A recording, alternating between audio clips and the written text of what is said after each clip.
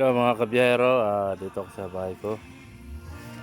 Medyo nagtatanim kami dito ng okra. Ito sa bakuran namin sa likod ng bahay ko. Yung mga kabiyero, yung anak ko pa, babae kong anak. May tinatanim kami dito na yung kapayas. Yan, marami ng bunga. Kapayas, kabilaan po ito. May nakuha na ako isang kapayas mga kabiyero. Yan. Tapos mayroon kaming kamunggay. Tapos may tuba-tuba kami. Yan ang puno. Tapos saging, tinatanim ng aking asawa. Yan, mga maliliit pa lang.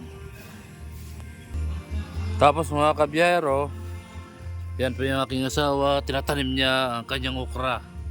Yan. Tapos ilan lang yung mga tanim niyang okra mga kabiyero, pero doon sa mga gilid-gilid may mga tanim siya doon.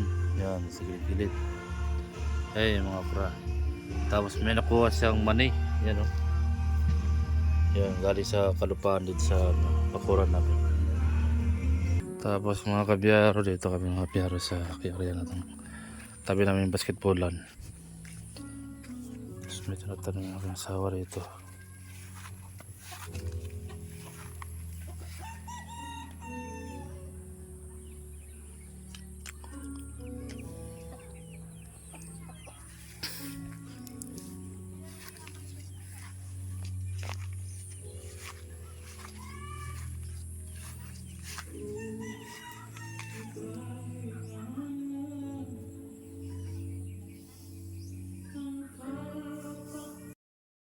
Tapos mga kabiyero, ito po ginagawa ko, pinuputol ko po yung saging na mga medyo nakakasagabal sa puno. Tapos yan mga kabiyero, nihiwa-hiwa ko ang mga saging ng mga laya.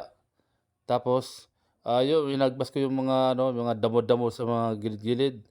Yan, tinatatanggal-tanggal ko dahil tumulong na ako sa asawa ko dahil ang bilis na dumami yung damo sa bakuran namin.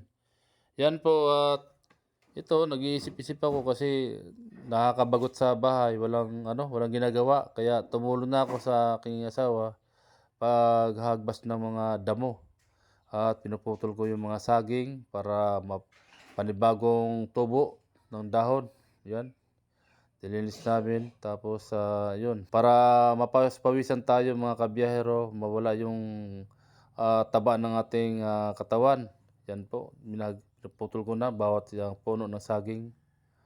Yan po para matuwa naman yung aking asawa at yan po tinutulungan ko siya kasi yan po yung pag nalulungkot siya sa akin, dinadaan lang niya po sa paglilinis ng bakuran ng mga damo-damo.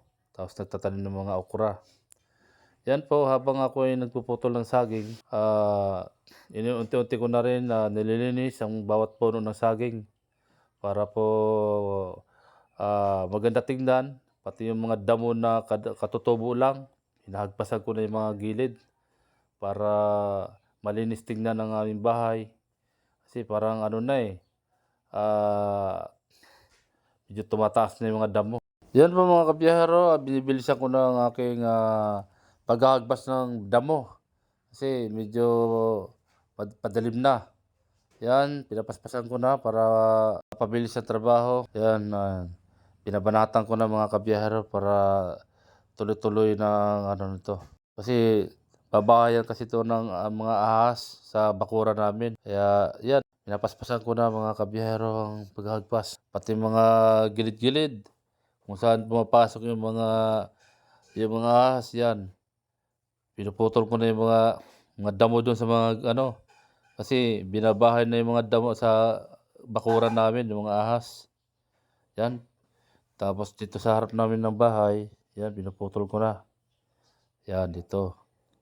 Para kasi ito, kahit anong putol mo ng damo, tumutubo pa rin. Kasi kung gugustuhin ko lang, di pasisimentohin ko na yan. Pero wala eh. Talagang damo talaga tutubo. Kaya yun, tinatanggal ko na para hindi na siya tutubo. Yun, yan. Medyo purol po ang aking itak na aking nagpas. Yan po mga kabiyahero.